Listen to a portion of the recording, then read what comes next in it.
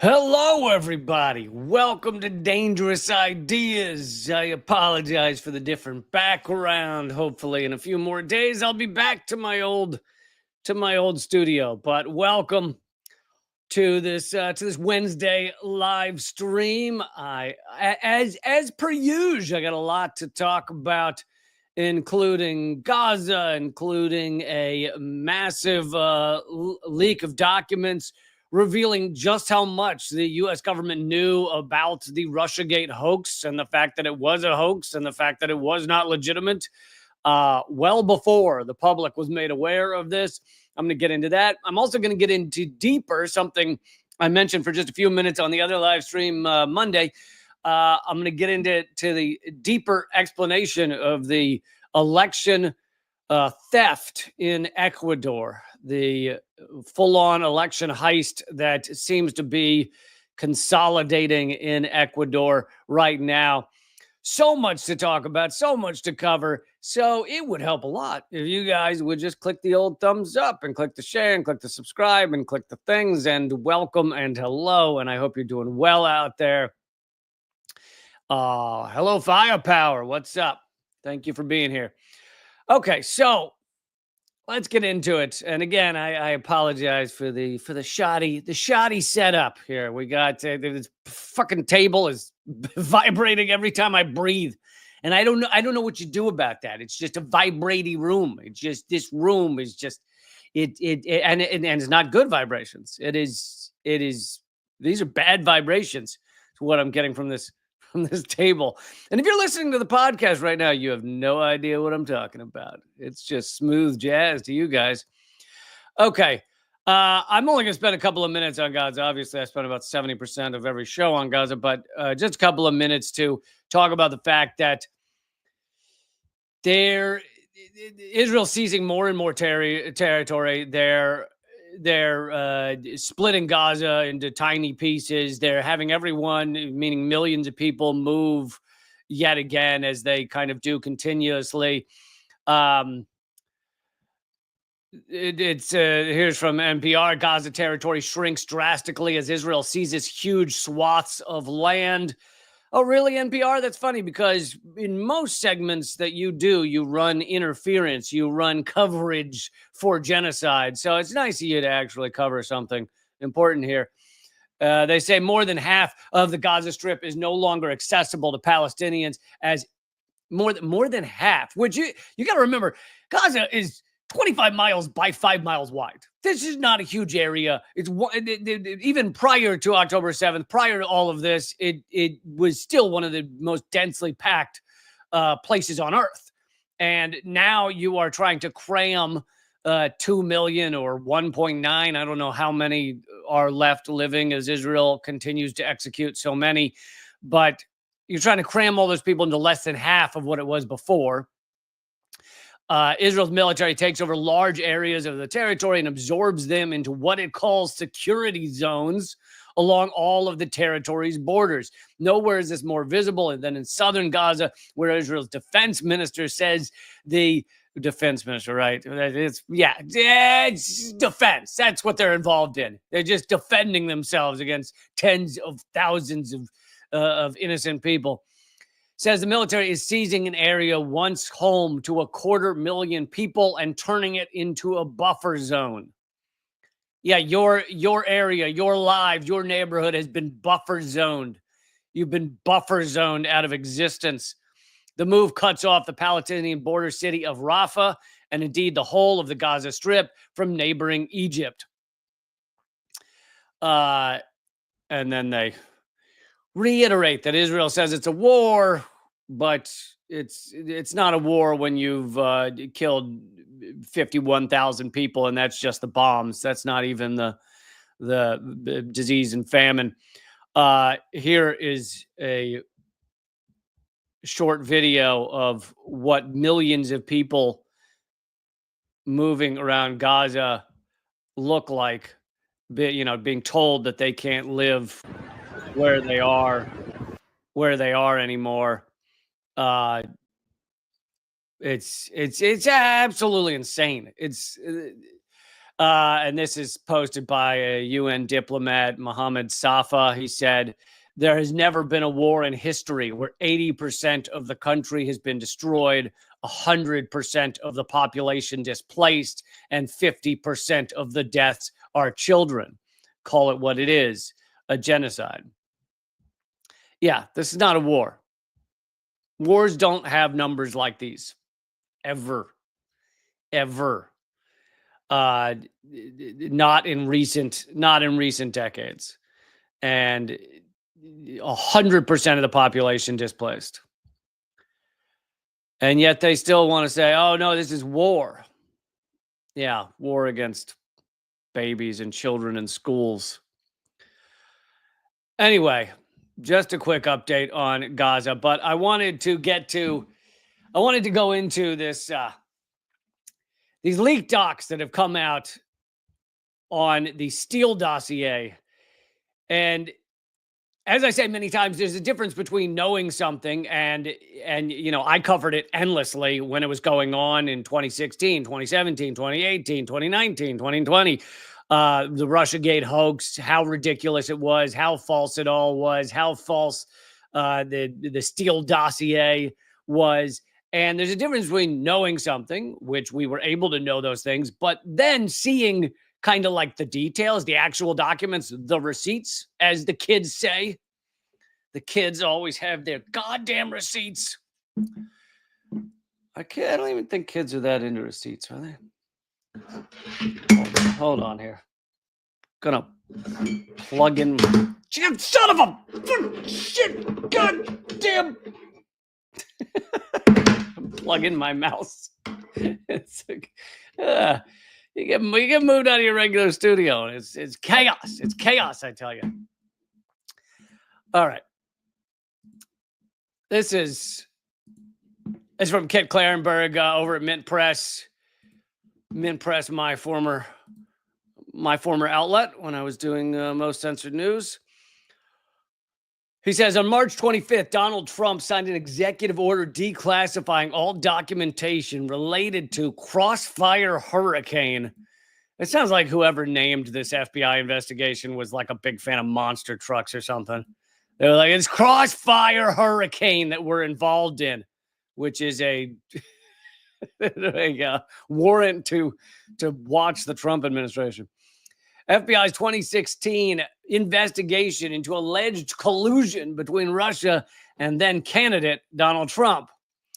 So when Trump signed the executive order to declassify these, it resurrected buried documents that cast new light on the Steele dossier and when exactly it was known to be false. So we now know it's false. Of course, I and some independent media, mainly not mainstream media, were covering the fact that it was all garbage early on. And this was not me loving Donald Trump. I called him a despicable, racist, disgusting piece of megalomaniacal garbage, parasitic fecal matter. I started doing that. Listen, I was doing that old school. Okay. I was doing that back in the 1990s. But it had to do with me caring about what the truth was. And I knew that the Democratic Party was upset that they were losing to Donald Trump, upset that they had lost to Donald Trump. And they created this whole Russiagate thing to basically try and mostly they succeeded, get a lot of Americans to believe, oh no, Hillary Clinton never would have lost if it weren't for Russia. And I don't need to go through all the details, but you guys probably remember that every pillar of Russiagate collapsed over the years. Now, some of us, like me, were covering it from day one, or you get a couple of weeks in and you start looking into this stuff and you realize it's all garbage. But every pillar collapsed, whether it was the Facebook ads in the Internet Research Agency, or whether it was, Russia leaked the DNC emails to WikiLeaks, which is proven false, or whether it was this Steele dossier. The Steele dossier was used to do basically two things. One was to open up this FBI investigation into Trump-Russia collusion. And two was to basically tell the American public, oh, this really authentic and real dossier by a former MI6 dude, James Bond. He has revealed that Russia has compromised on Trump, and that they're working with him in order to rig the election. And so it was used to do all that garbage. Anyway, we have new documents, new revelations about when exactly the government first started to figure out that it was false. Back to Kit Clarenberg, he says, it has long been confirmed that the FBI relied heavily on Steele's discredited dossier to secure warrants against Trump aide Carter Page, despite grave internal concerns about the reliability. Steele's sole subsource, quote unquote, for all its lurid allegations, openly admitted in interviews with the FBI he could offer no corroboration for any of the dossier's claims. But you got to remember, we didn't know that stuff back in 2016, 2017. Such inconvenient facts and damning disclosures were nonetheless concealed from the public for several years following the dossier's January 2017 publication by BuzzFeed News, which is now defunct. I don't think a lot of us are crying a lot of tears over the loss of BuzzFeed News, but it became the central component of the Russiagate narrative. I would argue one of them, but a conspiracy theory that was a major rallying point for countless mainstream journalists, pundits, public figures, Western intelligence officials, and elected lawmakers. In the process, Steele attained mythological status. NBC News dubbed the former MI6 operative a real-life James Bond. I mean, can you guys remember how crazy the hype got over the Steele dossier and Christopher Steele? And we didn't see any like interviews with him or anything. So he was like this, it was a mythical guy. Like you just hear whispers of him. It was like Jason Bourne or something. Like what? The Steele dossier, Christopher Steele. Oh my God. Someone at MI6 says that Trump is controlled by Russia. Then it must be true. Leading media outlets invested enormous time, energy, and money into verifying the dossier's claims without success. Undeterred, legacy reporters, meaning corporate media, pieces of human excrement, they continued to pretend that it was all clearly true. They relied on a roster of mainstream, quote, Russia experts. That word expert. That word expert can be used to cover up all kinds of fucking idiots, including prominent British and U.S. military and intelligence veterans, and briefings from anonymous officials to reinforce Steele's credibility and the likely veracity of his dossier. One other thing I'll just throw in here is a little kernel to remember. Do you remember that Hillary Clinton and the Clinton campaign, the week after they lost for like 5 days, they blamed it on the FBI. They blamed it on James Comey because James Comey had reopened the investigation into Hillary Clinton and her laptops, et cetera, et cetera. He reopened that like a week before the election, or I can't remember if it was a week or 2 weeks. And so Clinton campaign blamed the FBI for their loss for like a few days. And then clearly someone inside the Clinton campaign goes, going up against the FBI and the CIA and the deep state, that's probably a bad idea to blame them for our loss. But you know who everyone can get excited about us blaming? Russia. So they pivoted, and James Comey became a fucking hero, right? Oh my God, a liberal hero. He stood up to Trump. Yeah, he absolutely the polar opposite. That was some serious brand washing, man. That was getting the, when you get you get the shoulder into it, scrubbing when you're brand washing, just get your back and shoulder into they really scrubbed his image. And he went from liberal goon to the liberal hero. Anyway, legacy reporters continued to act like it was verified, that the Steele dossier was verified. The now defunct private investigations firm GPW Group was, in early 2017, secretly unearthing vast amounts of damaging material that fatally undermined the dossier's content and comprehensively dismantled Steele's previously unimpeachable public persona. So this is the stuff that the government had access to that you and I did not have access to until like a week ago. The fact that internally, they, in 2017, knew that the Steele dossier was garbage. They were unearthing. The private investigators were unearthing it. Others were unearthing it. So they're finding out that the Steele dossier is not based on anything, is flimsy as shit. And yet none of that is revealed to the public for years. And we now know from these leaked documents that Trump has made unclassified, we now know that they knew this in 2017. In order to build a profile of Christopher Steele, as well as the broader operations of both Orbis Business Intelligence and Fusion GPS, Fusion GPS was the, which one were they? They were the group. Oh, God, getting all these, because all their names are so stupid. Because I think I might be confusing them with Crossfire.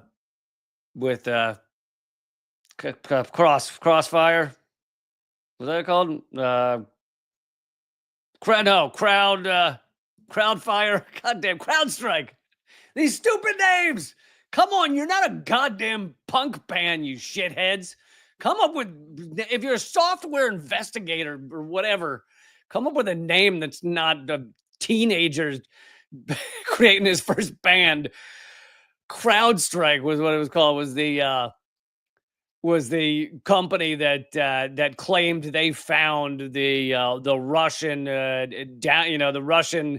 the Russian infiltration of the DNC servers that got to Hillary Clinton's emails. And then the head of CrowdStrike, when he was actually grilled in Congress and actually had to swear to tell the truth and all that shit, he said they never actually found any proof that Russia had taken anything off the DNC servers. And also, CrowdStrike's important because they're the only one to have seen the servers. The DNC paid them to look at the servers and come up with that analysis. And then the DNC burned the servers, like destroyed the servers. Donna Brazile admitted that on television. But yeah, all these stupid goddamn names. CrowdStrike and Fusion GPS and Interstate Cross Check and what was the other? The Shadow app, the app that Pete Buttigieg made in Iowa to make sure Bernie Sanders couldn't win the fucking caucuses. The Shadow app. God, what age? How old are you, idiots? Really, that if you take those four names, that's every band I was into when I was 14. Anyway, so for the Fusion GPS, Democratic GPW consulted a variety of sources. This included U.S. intelligence figures and private intelligence subcontractors. So these individual organizations, private organizations, looked into the veracity of the Steele dossier. The picture that emerged of Steele sharply contrasted with his mainstream portrayal as a superstar. One operative who acted as Steele's manager when he began working with MI6 and later supervised him at two further points, described him as average, middle of the road, and stating that he never shined in any of his positions. Another suggested Steele's founding of Orbis, that was his company, Orbis Business Intelligence, was the source of some incredulity within MI6 due to his underwhelming professional history. Sources consulted by GPW were even more critical of Fusion GPS chief Glenn Simpson. One journalist described him as a hack without a license or the contacts to do actual investigations. Oh yeah, Fusion GPS helped write the Steele dossier, or outsourced it to Steele, I guess. Work ostensibly conducted by his firm to others while skimming commissions. Overall, GPW concluded the quality and level of the sourcing was greatly exaggerated in order to give the dossier its allegations more credibility. GPW's investigation also noted that Steele's dossier, the hyperbole and inaccuracies were typical of hyperactive imaginations of subcontractors widely used in the business intelligence sector. This was not confirmed until July 2020. So all this stuff is being revealed to our government in 2017. And for 3 more years, the American public is told to still basically believe the Steele dossier, even though we know it's bull. I mean, the government knows it's bullshit, and some independent media, like myself and Aaron Mate and a few others, were talking about how insanely false this Russiagate hoax was. So that month, in July 2020, the Senate Judiciary Committee released notes taken by FBI agents during 2017 interviews with Igor Danchenko, Steele's subsource and the dossier's effective author. A Washington think tank journeyman jailed years earlier for public intoxication and disorderly conduct. He was investigated by the FBI for potentially serving as a Kremlin agent. Danchenko admitted he had been fed much of the dossier's salacious content by his Russian drinking buddies, who lacked any high-level access. Steele then embroidered their dud information further. So Danchenko sits down with his Russian drinking buddies. They go, "Oh yeah, I heard Trump was. I heard he was in a Moscow hotel getting pissed on by prostitutes." And then Danchenko brings that to Christopher Steele, a basically middle of the road rejected MI6 officer, and he then writes it down and goes, "Oh, this is good stuff. This is good stuff. What else you got for me? Can we add more to the whole Pea Party thing? I was really liking that." And that was like the main source of this garbage, which again, not only was one of the pillars of Russiagate that, because some of the people who were trying to defend Russiagate, one of the things they'd say, and I think I remember Chris Hayes saying this, the MSNBC, saying that, well, any one of these things, you could say, okay, it's not quite proven. It's a little, anonymous sources. We don't know what's going on there. But you take the 3 or 4 pillars together, and what are the odds that each one of them is fake or bullshit or doesn't hold up? What are the odds that you could end up with 3 or 4 pillars of Russiagate and they could all be garbage? Well, sorry about that. The odds are pretty high if you are the Democratic Party, most of the U.S. Mainstream media, basically corroborating to agree on all of this garbage. A lot of the deep state, like when they're all working together, creating this shit. You got the DNC basically funding the Steele dossier. You got the DNC in the Clinton campaign funding the crowd strike, which found that the Russians had hacked into the DNC servers. You've got the DNC and mainstream media saying, "Oh, these ads on Facebook that no one ever saw, the average expenditure was $3 and 56% of them appeared after the election." Well, those ads, they really rigged this election. You take it's all the same fucking people working together create this sham. So it's like, yeah, if these things were siloed, if they were all brought forward independently, not connected to any similar groups, then maybe you'd have a point about what a coincidence. But when it's the same goddamn people making all this garbage up, it's nothing. You got nothing. So then Kit Clarenberg reminds us that the dossier was commissioned by Clinton's campaign as a contingency in the event she lost the election. So the Clinton campaign paid for this Steele dossier prior to her election loss. However, as GPW's source close to Steele noted, when the MI6 operative took the work, the prevailing perception was that it was very unlikely Trump would win. As a result, Steele may have had the motivation to fill the dossier with unverified material, believing it would never be used for its intended purpose. He also had a commercial incentive to exaggerate his high-level access. So, at the heart of this, you have a kind of rejected MI6 guy. Yes, he wasn't technically rejected, but he was middle of the road, never did anything spectacular at MI6. Now he's out of MI6. He's looking to make big money. He can't really, apparently he'd been shopping around to weapons contractors like, Lockheed Martin and shit to try and work for them in the intelligence areas, and they didn't want him. So then the Clinton campaign comes along and says, can you write up a dossier on how Trump has been compromised by Russia? And he says, absolutely. Can I? I could write that up tonight. In fact, I have some old Russian drinking buddies. I think I have some stories to tell. Thank you so much, Teresa, for supporting the show. I really appreciate that. Teresa, you're always amazing. Anybody else who wants to throw in a super chat, you will also be a hero in my book. And I do keep a book of heroes, all right? It's right here. Anyway, that is the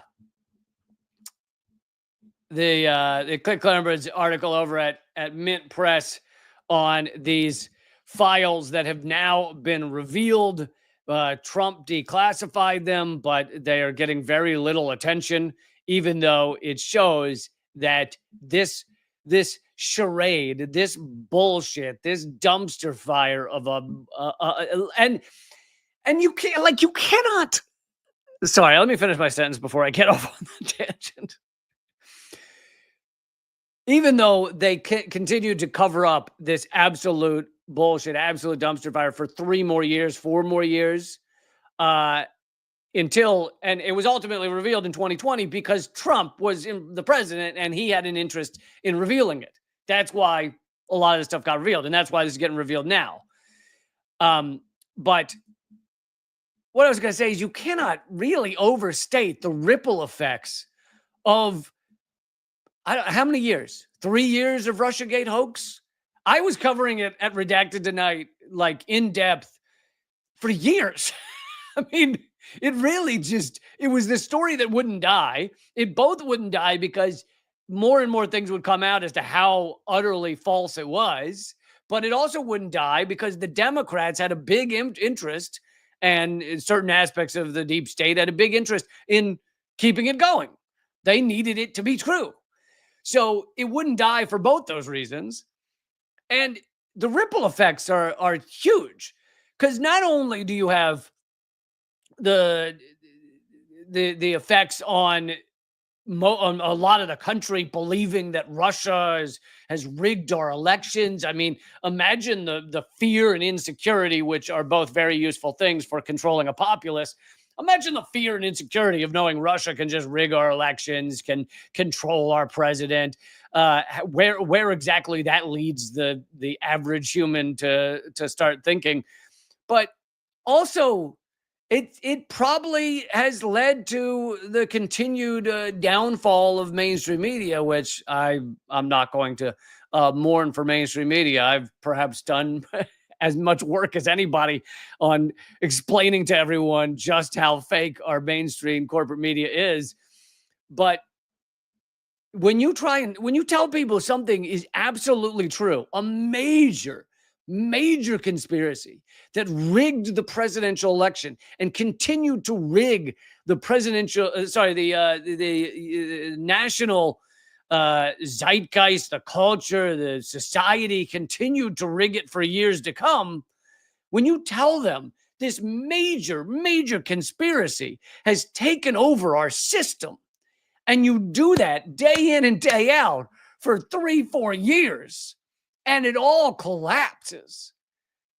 Like, what is your average American, at least the ones that know it collapsed? I'd love to hear what you guys think. What percentage of the American populace do you think continues to believe that this was real? Because the false reality is covered 1,000 times more than the revelations, right?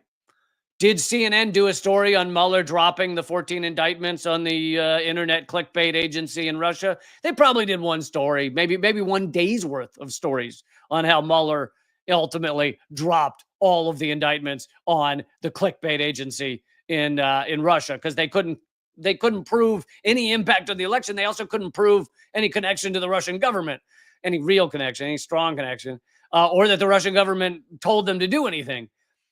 So they had to drop all the indictments. But CNN, just to give one example, had covered the indictments every day for, I don't know what, months, years. And then let's say they spend one day saying, oh, they dropped the indictments. I don't even think it was one day. I think it was like 2 stories. Oh, they dropped the indictments. What does America walk away believing? So what percentage of America still believes this shit? It's got to be a third or something. Anyway, to the ones who do know. Oh, Alex in the comments is saying I'm shilling for Russia right now. That's really fascinating. Alex. Alex, please tell me the parts of the Russiagate hilarious conspiracy that have been proven true. Please enlighten us on what has been proven true, because I would love to hear your version of that. Because it is, and anyway, the impact that has had for at least for the people that actually care and know that it has all been proven false. It shows that all of our mainstream media is just full of shit, which I guess I'll take that. I'll take that as a positive coming out of this. Anyway, okay, in a second here, I'm going to get to more details on the massive election fraud in Ecuador, the election heist that appears to be working, that so far is successful. But I want to just play this, just as a little palate cleanser, something you can applaud for. Someone posted this clip of Nelson Mandela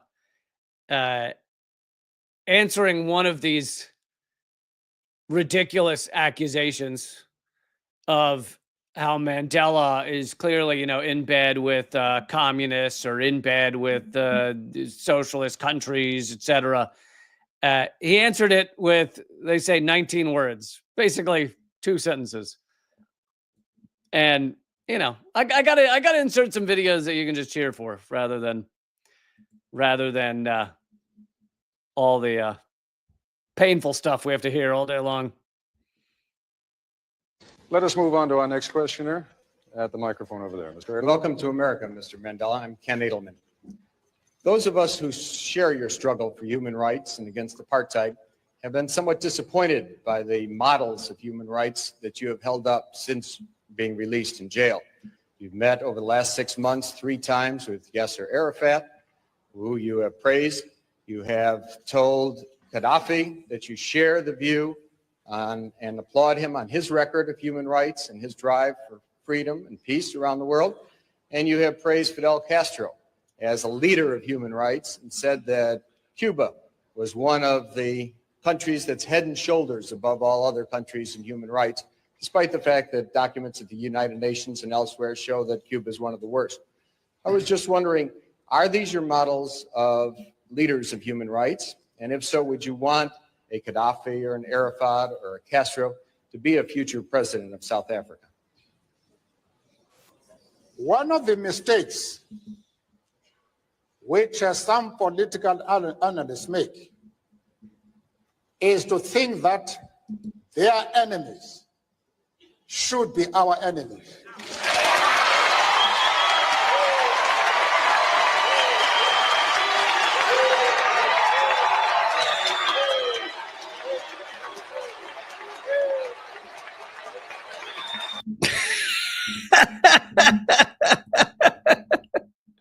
I love how it's just one simple sentence. I'll just handle this in one simple sentence. Your dumb enemies of the U.S. empire, but that's not what he calls it. But Your enemies of the U.S. empire don't need to be my enemies. And that's all. Like, why? Why should I just have the same enemies as the absolute parasites that run your empire? Why is that how it should work? And that's all it takes. One sentence, one fucking sentence. He was able to absolutely gut that tool of empire, that tool of colonialism. It's like, oh, you talked to Fidel Castro, you talked to Gaddafi, like, oh, therefore, what? I'm supposed to just buy in to the bullshit that the U.S. empire spouts, pumps out. No, you go do your thing. I'm out. You go do your bullshit. I'm over here. I'm gonna do my own thing. I'm actually gonna stand up for what's right while you try and prop up a dying empire. I'll be over here if you need me. Ah, beautiful. I love when someone can do it so simply. You know, the things it takes me a half hour of yelling to do, and he can do it with a sentence. Okay, that was not related to our next topic. Well, actually, in some ways it is. But I brought this up the other day, but I want to get more into the election fraud going on in Ecuador right now. Ecuador used to be, as many of you will recall, I should spend a second saying, hey, guys, I have a new show called Unredacted Tonight. Most of you know this already, but Unredacted Tonight, we have, is it episode 8 or 9 coming out this Thursday, which would be tomorrow by my calculations. I'll work on those calculations a little more later, but tomorrow, 7 p.m. Eastern. And I would love for you to check it out. If you haven't checked out Unredacted Tonight, it is, you can get the whole playlist, the whole YouTube playlist, all free to watch. And you just go to leecamp.com/unredacted. It will take you to the YouTube playlist. And let's see, I'll put it in the chat. I'll put it on the screen. If you're listening to the podcast, I would love for you to check it out as well. And yeah, we're on episode 8 or 9 here, and I give it an episode. Try it, see if you don't like it, and then here's the thing: is because I'm suppressed, and because you won't get the little email telling you to show up and all that. YouTube doesn't want you watching this, so you usually won't get the email. You just got to know every Thursday, except for a week from now, we're taking a week off, but every Thursday other than that, there's a new Unredacted Tonight. And you just got to know, and you just got to put in your calendar. You got to write it on your hand, write it on your, like if you have a young kid who kind of doesn't know what's on their face, you know, you can just write it on their forehead. They won't care. Yeah. Because, you know, you got to get to a certain age when you're actually checking a mirror like regularly. And that's like 4 or 5 or something. So you got a kid under that age, just write it on their face. Unredacted Tonight. I have one like that. I just take notes, errands I need to run just on his face all day long. It's just the best place to put it. Because they're also always kind of in your line of sight. So it's a good memory. Like, oh, I got to pick up paper towels because, you know, you write it on his forehead and then it's just easy to get it. So, but yeah, every Thursday. And I just love for you to check it out if you haven't already. And look, if you watch an episode and you go, oh my God, I hate this. All right. You gave it a try, but hopefully you'll do that. Also, for those of you who are like, I never watch anything almost, I just listen to podcasts. You might be listening to this on a podcast. It's called Moment of Clarity on Apple Podcasts. I know it's got the old name of my show, Moment of Clarity, but that's the world we live in. So you might be listening to this on podcast. It actually is a podcast now, Unredacted Tonight. It's basically played on my Just Comedy podcast. So I created my Just Comedy podcast from all my comedy content, and Unredacted Tonight is my comedy content. So if you only get your stuff from podcasts, from audio, then check out the Just Comedy podcast. It's on Spotify, it's on Apple Podcasts, everywhere. And you can listen to Unredacted Tonight right there. So you can do that. And yeah, thank you so much for supporting this show and supporting Unredacted Tonight. A lot of exciting new announcements, I think, coming up for Unredacted tonight. If it keeps growing, keeps doing well. But okay, let's keep moving along here. Daniel Noboa has stolen the Ecuadorian election. And this is over at Gray Zone. Daniel Noboa's electoral theft will cement the cartel and corporate control of Ecuador. President Daniel Noboa appears to have stolen Ecuador's election. He's now poised to consolidate control of a system that has benefited cartels and multinational corporations, including his family business, at the expense of average Ecuadorians. And Washington likes what it sees. You know what else? He's a fucking American. He was born in the United States, and he's a U.S. citizen, and he's now stealing Ecuador. I know he's already the current president, so I guess he stole Ecuador in the last election. But I guess the argument is in the last election, I didn't hear a lot of claims of election fraud in the last election, so it's quite possible, you know, other than buying the media and all that stuff, but it's quite possible that he legitimately won the last one. This one, he did not legitimately win. So maybe this is the first one he stole. Anyway, that would mean, for those of you keeping track at home, an American, a ruling elite American, has stolen the countries of Ecuador and Israel. And I don't know if there's a third or fourth one I'm missing right now. But Netanyahu, also American, longtime dual citizen, raised in Pennsylvania, used to have a different name, went to MIT, then went to Boston, then worked at Boston Consulting, where he became best buddies with Mitt Romney. So yeah, American oligarchs are the heads of the U.S., Ecuador, and Israel, and there may even be more I'm missing. But anyway, April 13th, 2025, Ecuador's National Electoral Council proclaimed incumbent president Daniel Noboa the winner of the presidential runoff, a result that his challenger, the left-wing Luisa Gonzalez, denounced as massive fraud. Gonzalez, who led several polls by up to 6 points as of Friday, has demanded a vote-by-vote recount. But the U.S. and many other countries that want to keep this right-wing oligarch in power are quickly acknowledging this election as legitimate. She pointed to irregularities, but included, but were not limited to, 18 polling stations in her stronghold were relocated at the last minute. Bonuses were paid in cash using IMF funds before the runoff. False positives of ballots that forced the closure of polling stations where she held a wide lead. The banning of several foreign observer groups. Martial law imposed in 7 provinces favorable to Gonzalez.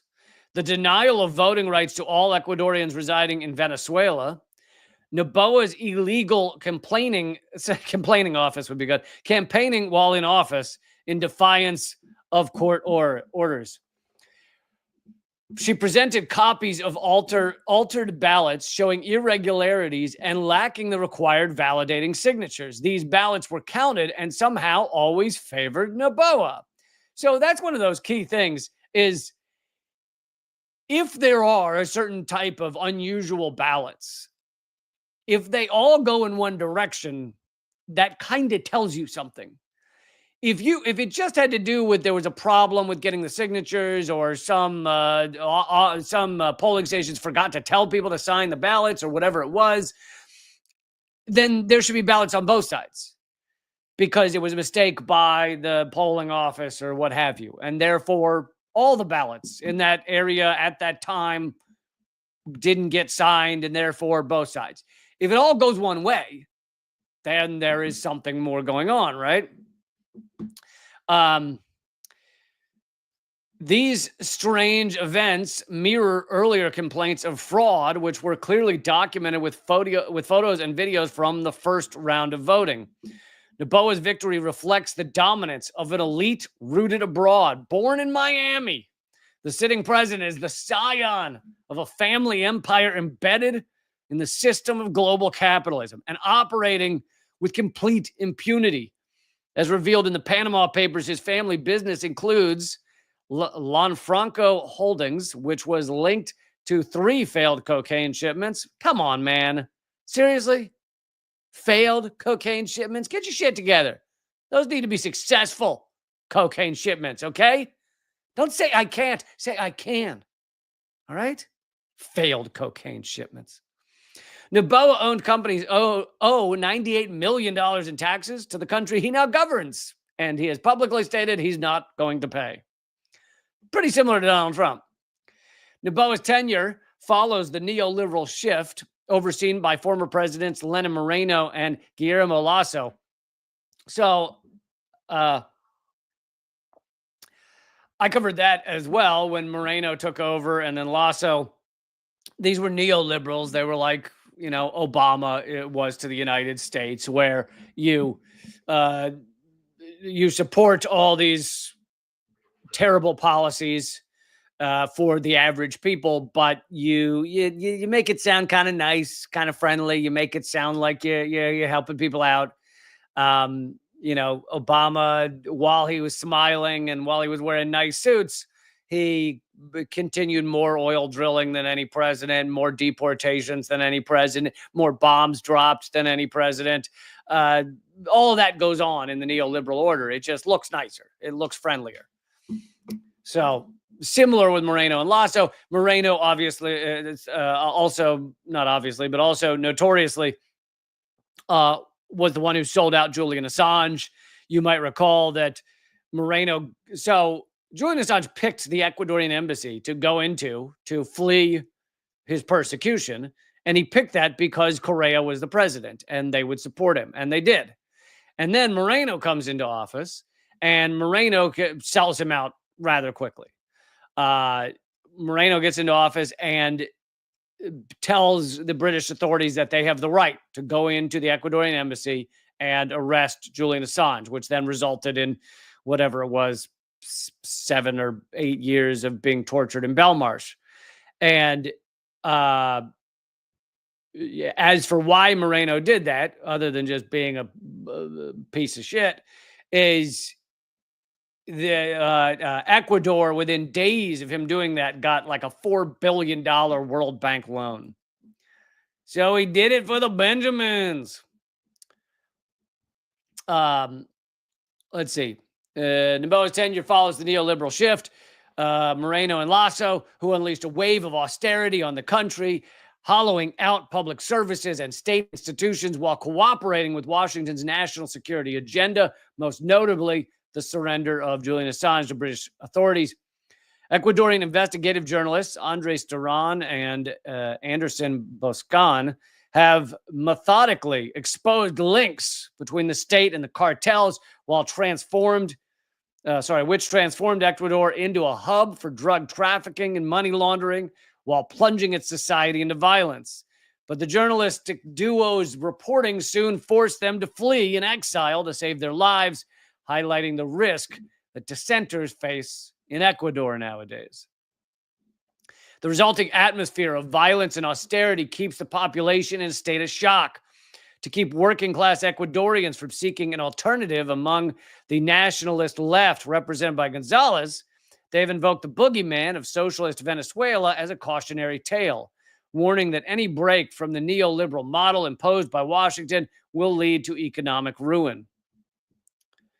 Noboa has targeted street gangs, but left the cartel's financial structures untouched. So he could run around saying he's, tough on crime by targeting street gangs, but he's leaving the actual powerful cartels completely fine because he's one of them. I mean, if he's been caught for massive cocaine shipments to Europe, sounds like he's a part of these cartels.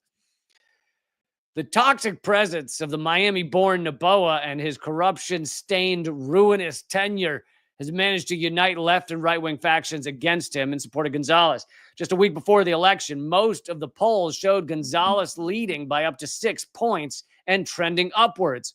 Her surge followed a dominant debate performance in which she hammered the president over the documented ties between his family business and the cartels and challenged him, I love this, to take a drug test right here after the debate. A visibly shaken Noboa ignored the challenge and changed the subject. He's like, what? I'm not taking drugs. What? I'm not going to take a drug test. What are you talking about? I have a cold. I have a bad cold. Anyway, here are the polls in the days leading up to the election. Trace.0. These are the polling outfits. Gonzalez at 52.8%, Noboa at 47.1%. Maluk, Gonzalez at 53.4%, Noboa at 46.5%. Ideamos, Gonzalez at 52.1%, Noboa at 47.8%. Pedro Congo, Gonzalez at 52.1%, Noboa at 47.9%. Tino Electoral, Noboa at 53.74%, Gonzalez at 46.2%. And Sedatos, Noboa at 61%, and Gonzalez at 38%. But most of them show Gonzalez leading. Noboa's alleged fraud was made possible by a fundamentally corrupted electoral system. Ecuador's Central Election Council, known as CNE, is run by Diana Adamant, whose brother, Carr, was appointed by Noboa to a diplomatic position as Ecuador consul in Queens, New York. Among the 5 electoral council members, 4 are government loyalists. So basically, the council that decides whether the election was legit is almost entirely owned by Noboa. Noboa's public prosecutor, Diana Salazar, and I think I covered this story when it was reported, has selectively targeted political opponents while shielding Noboa's associates, including banks tied to Lasso and Noboa, from money laundering probes. In 2022, the U.S. signed, and so now we're getting to, you may be wondering, well, what is the U.S. interest in this? Yes, the U.S. likes right-wingers in general. Even when a Democrat is in the Oval Office, they still like these horrific right-wing governments. Big fan. But other than that, why do they love Noboa? Well, he's also American. He's also ruling elite. He's also rich as fuck. He's also part of the cartels, part of the, illegal, like the criminal world that runs these governments that then sells off the actual assets of a country to corporations, which are technically the owners of the American government. So for all those reasons, they love Noboa. But here's another one. In 2022, the U.S. signed a bilateral treaty with Ecuador, allowing it to install unlimited military bases with full legal immunity for personnel. In the days before the 2025 election, anonymous intelligence officials from the Trump administration stated that they preferred Noboa over Gonzalez because he had guaranteed them permanent military basing rights. Man, that's so based. That's so based of them to just love having military bases there. That's so based. Their declaration helps explain why Washington has been so quick, missing a word there, why Washington has been so quick to recognize Noboa's victory. That and many other reasons. Gonzalez's recount demand challenges a powerful Miami-based elite, which hovers far above local institutions, imposing its will on millions of Ecuadorians without their consent. Consider this, and I love this deep dive into their history. Alvaro Noboa, the current president's father, studied alongside Winthrop Rockefeller and King Farouk II of Egypt at a private school in Switzerland.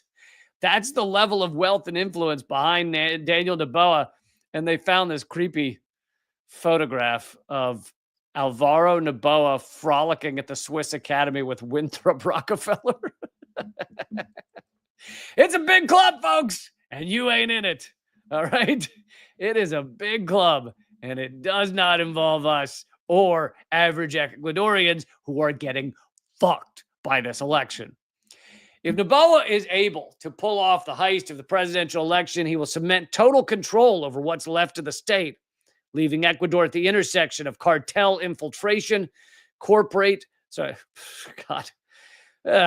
been a long day, corporate exploitation, and U.S. geopolitical dominance. Noboa is a U.S. citizen. Like every American citizen, he has sworn to defend the U.S. above all other nations. His second term will enable him to make good on that oath. So the U.S. is basically rigging and taking over yet another Latin American country. And the other reason this is important to the U.S. empire is I talk a lot on this show about de-dollarization, about the U.S. Losing hegemony. And one of the areas that they're losing their hegemony, obviously, is Latin America. And they work very hard. Our ruling elite, our CIA, our Donald Trump, and the rest work very hard to continue to essentially be the puppet masters of countries in Latin America. And sometimes one will get out of their grasp and then they bring it back in the fold. And sometimes one will get out of their grasp, they bring it back in, and then they get out of their grasp again. For example, Bolivia. Bolivia, leftist government, then it is couped by the U.S. using lawfare and other tactics. Bolivia is couped. They put in a far right-wing Christian nationalist government, but it only lasts a year because the elections weren't rigged enough. The Bolivian people stood up and fought back, and now that coup that was successful by the U.S. is no longer successful. Another example, the biggest one, would be Venezuela. Venezuela is a country that is definitely on the American dartboard. And they did coup. They have couped Venezuela. The most recent successful coup of Venezuela by the U.S. empire was 2002. They successfully arrested Chavez, took him out of the presidential palace, and it was only because of some lucky moments and some lucky loyal guards in the presidential palace, etc. And the people storming the streets, that Chavez was only ripped out of power for 2 days, and I think it was 2 days, maybe it was 3, and was able to get his presidency back. The U.S. has tried many more times to coup Venezuela, but has failed in those. And why with some countries are they kind of, they've got a lighter touch, like color revolutions. And then in Venezuela, they've got a more heavy-handed touch, like sending the Bay of Piglets, armed dudes on the beaches, showing up on the beaches of Venezuela. Well, Venezuela is more important to them. Venezuela has the largest oil reserves in the fucking world. In the world. So do you think these U.S. parasites might find that enticing, might think that's kind of important to them? So the Ecuador is important to them, to stopping the pink tide, as they call it, which was the socialist revolution of Latin America. And that socialist revolution was so far continues to be successful in Venezuela and Cuba. There are maybe not quite socialist, but leftist or left-wing leaning governments in several other countries like Mexico. And, there's a debate about whether Lula has sold out in Brazil. He's, I think many people always viewed him as quasi-neoliberal, but they viewed him as better than the fascist Bolsonaro. But of course, Lula was put into prison with the help of a U.S. lawfare coup. And now apparently Lula, at least in the Ecuadorian election rigging we're seeing here, apparently Lula has endorsed Noboa the false winner of the election. So that doesn't look good for Lula. Anyway, yeah, people who may know more about this may say that, you know, Lula's sold out on some things and not others. I don't know. I'll let them speak to that. Okay, I want to do one more segment before I wrap up here on how the there's definitely a bit of a rift in the ruling elite, and there's an effort to break up Facebook, to break up Google Alphabet that is ongoing, and I want to bring you some of that. Before I do that, real quick, it would be amazing if you folks could all hit subscribe, hit the bell icon. Make sure you subscribe to more than one of my pages, because especially the YouTube page could get banned at any moment. So please make sure you subscribe to, you know, Locals, which you can do it for free. I know it's the place where people go to support my show, but you can also do it for free. So that is one of the best places where if I'm banned, you will still find out about my stuff. So, like, if there's two places I say to follow me and you're likely to keep hearing about my stuff once I'm banned from another platform, it's Locals, which is leecamp.net. We'll take you straight there. You can sign up for free. So that's one. And number two is my email list.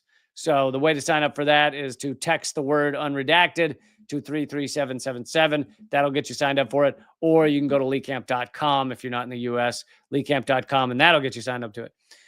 Okay. Let's do one more story before we wrap this up. Zuckerberg and Facebook are on trial right now to try to avoid getting broken up. At trial, Zuckerberg defends buying Instagram and WhatsApp. And they're calling it a landmark antitrust trial. This is the let's see, U.S. District Court. Sorry, the FTC. I was going to say FEC. This is the FTC, Federal Trade Commission, versus Meta Platforms. And I don't know. Here's the thing is, Trump is a little bit weird on this topic because he has a hatred of certain platforms. He has a hatred of certain oligarchs like Zuckerberg because they were part of his of Russiagate, the Russiagate hoax. I mean, of perpetrating it. They were part of covering up certain information, like the Hunter Biden laptop story. And Zuckerberg has gone through this whole, oh, I'm a bro now. I'm a right-wing borderline MAGA guy now. And he's gone through this whole brand laundering. Went on Joe Rogan to do a 3-hour brand laundering segment. I hope he paid Joe big time for that. I hope he paid him like $1 billion for that. Anyway, and part of the reason he's doing that is because he needs Donald Trump to basically get in the way of this, to stop this breaking up of his some level of monopoly. And I don't know enough about the legalities and everything. Although Trump doesn't care about legalities, so who knows what Trump could do. But the proceedings for this were started way before Trump got in office, and I don't know if Trump has the ability to just, you know, the court says that Meta needs to be broken up, and Trump just goes, nah. Could be. I don't know. So who knows whether he likes Zuckerberg now. Zuckerberg was like at his inauguration. Zuckerberg helped pay for his inauguration this time around and was sitting like front row, him and Bezos and Musk sitting front row at the inauguration. So who knows what the end result is, but I suppose these stories are worth covering if even so, either way. In a landmark antitrust trial, Mark Zuckerberg, the chief executive of Meta, on Tuesday defended the social media company's 2012 acquisition of Instagram. And basically, he argues when Instagram was competing with his company's now defunct camera app, he says, we were doing a build versus buy analysis. I thought that Instagram was better at that, so I thought it was better to buy them. And basically, he's just supposed to say in this trial, Zuckerberg's supposed to say, you know, we weren't trying to buy our competition. We weren't worried about their, you know, oh, they're too competitive. We just really wanted Instagram because we thought they were doing a bang up job. It's just so funny. Like the idea is, of course he's going to say that. Of course he's going to walk in front of, oh yeah, we did not want to buy a competitor just to decrease competition. We just thought it would be good for the company to have a Instagram app. Like, it's just, it's so stupid. Like, how could the law be based on what this absolute parasite thinks? What he says his reasoning was. Meta bought Instagram for $1 billion. 2 years later, they bought WhatsApp for $19 billion. Zuckerberg has acknowledged that they may be forced to sell Instagram and WhatsApp. And he said, I just want to be mindful that we should have a strategy ready. Legal experts caution that the FTC faced an uphill climb to win. The government is asking the judge to look back more than a decade and find that Meta stayed powerful by quashing competitors through its acquisitions. Regulators approved Instagram and WhatsApp deals at the time, raising questions about why. But here's the larger point of this is the gravity of capitalism. Capitalism will always end up with the most wealth, and eventually, if revolution doesn't come first, it'll end up with all of the wealth in the hands of a tiny number of motherfuckers. That is it. That is all. It will always end up there. And you will see movements as it's the black hole at the center of the galaxy, right? It seems okay right now. Eventually, we'll be swallowed by a black hole. But that's what capitalism is. It's slowly spinning, sucking everything in to the hands of a tiny number of human beings. And of course, they're going to buy up their competition. Like, the most sociopathic and the greediest will win at this game. If you want the money more than anyone else, and you're willing to lie, cheat, and steal to get there, then yeah, some occasionally will get rejected along the way. Some might end up in prison. But of those ones that become the exception, there's going to be a lot more that become really successful thanks to lying, cheating, and stealing. The ones, even if they're in the same company, even someone creates an Instagram app, whoever the guys were that created Instagram, if they're not as sociopathic and greedy, then guess what? They build Instagram, it becomes successful. They sell it for $1 billion. Okay, now they've got $1 billion. They're probably happy. They're probably, I don't know who founded Instagram, but they're probably sitting on a beach somewhere because they're not quite as sociopathic, not quite as greedy, not quite as maniacal, not quite as parasitic as the ones who want to buy up the competition. Like, it is by definition, this is where this system ends. Now, could the FTC break them up? It could happen, but it's rare. Look how large Google is. Look how large Google Alphabet is. And there's some effort, there's some light effort to break them up, but not much. It's not usually strong enough. And we live in inverted totalitarianism ruled by the anonymous corporate state. They are the ones that pull the strings. Like, yeah, Trump's a bit of a rogue on certain things, but they're still the ones pulling the strings. Like, they have the $100 million to fund Trump's inauguration. So Trump goes, you know what? Maybe we shouldn't break up Facebook. Now, maybe Trump's anger about how Facebook has treated him is greater than his happiness over the $100 million for the inauguration. Who knows? And maybe he'll maybe he'll actually further this and allow it to go through, breaking up a Facebook. And if that succeeds, well, what does that show? That just shows that one psychopath, Trump, was able to get his enemies. The other psychopath was able to win and break them up a little bit. But it's the end game of capitalism. It's where the gravity will always take us. And the reason these things are so rare, I mean, think about it. If our government was actually good at keeping companies a fair and competitive size so that they don't buy up their enemies or somehow get in the way of that competitive nature. If our government was good at that, you'd hear about this type of shit all the time. They'd be breaking up companies left and right. It almost never happens. When was the last company you heard broken up because they were too big? It basically doesn't happen. So even if this happens because Trump hates Facebook and he lets it go through or whatever, or because it started in the prior administration, whatever, it's an exception. It's an exception. Luis is asking why not Google, and I think there are also talks about antitrust stuff against Google.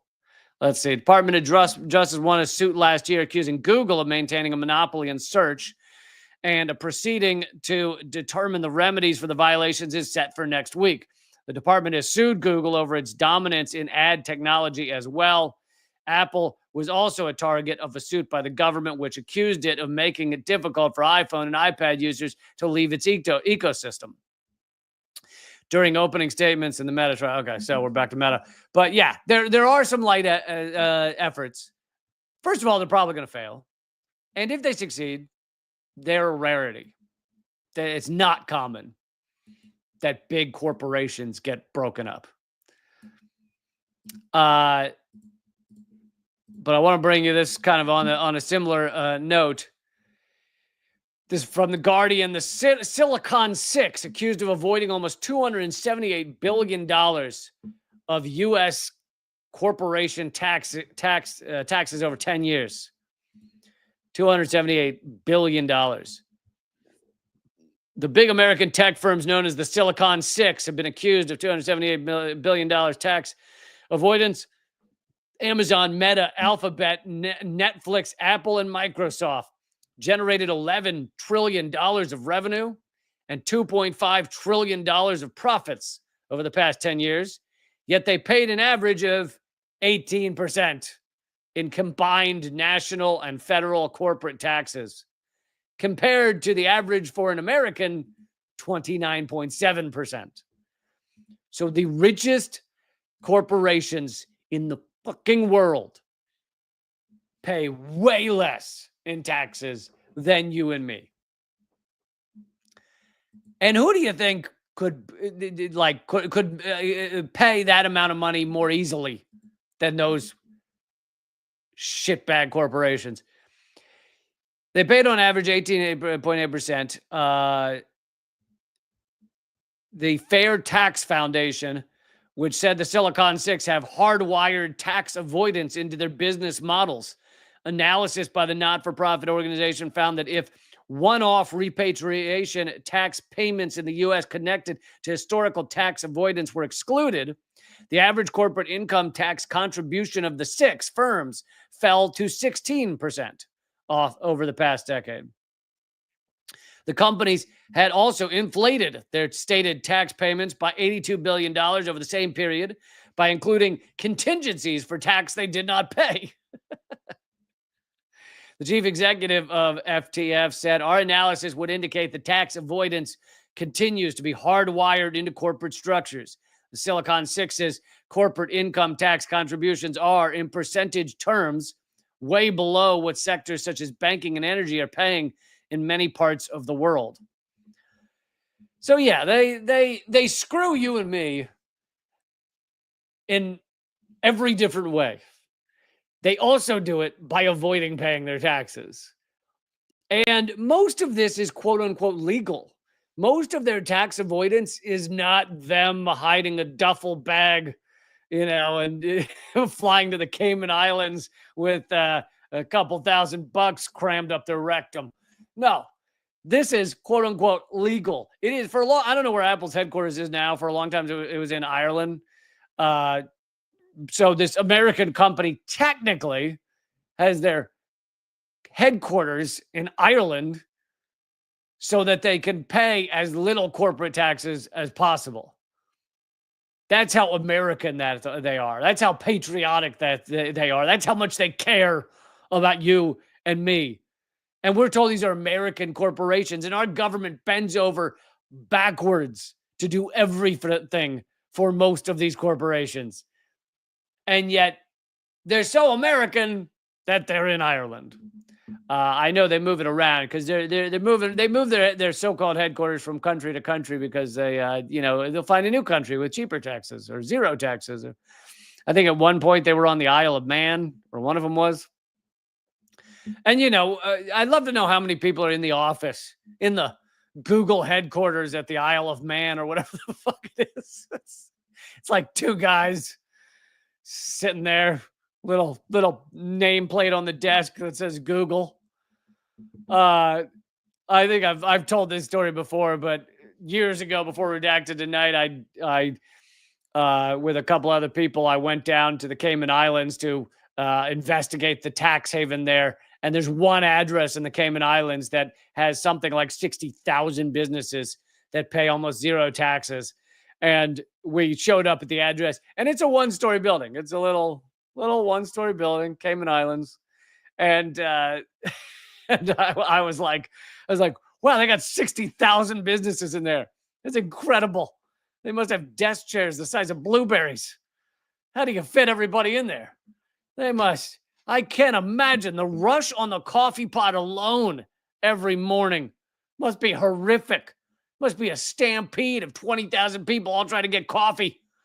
Just people dying under the feet of under-caffeinated, sad corporate employees. 60,000 businesses in that tiny one-story building. Do you understand? At the root of it, all these rules, all these so-called laws, they're just for you and me. They're not for the top. They're not for the rich, golden, ball-sacked assholes. It's for you and me. We're the ones who're supposed to pay attention to the laws and not break them. They can break them all they want. Literally, you're rich enough you can run someone over in your car. And you go to court and you say, you had a Twinkie and you got a sugar high or something. And they go, okay. Yeah, not guilty. These laws are just for you and me. All right, I'm going to wrap up there. Did an extra 15 minutes for you. These live streams are Monday and Friday at 3 p.m. Eastern. And then Wednesdays it's going to be about every other Wednesday. But I also have Government Secrets every other Wednesday. So essentially, you get a live stream every Wednesday at 3 p.m. Eastern, noon Pacific. And then, of course, Unredacted Tonight. If Unredacted Tonight's going to survive, it's going to be thanks to you guys. Everybody's watching. Do me this favor. Go over to leecamp.net. Even if you don't want to throw in the $6 to become a member, just join up for free. leecamp.net, my locals page. If you want to join it for free, you click Become a Member. If you want to join as a paying member, you scroll down to become a supporter. All right. I will see you tomorrow for Unredacted Tonight, and I will see you Friday, 3 p.m. Eastern for another live stream. Keep fighting.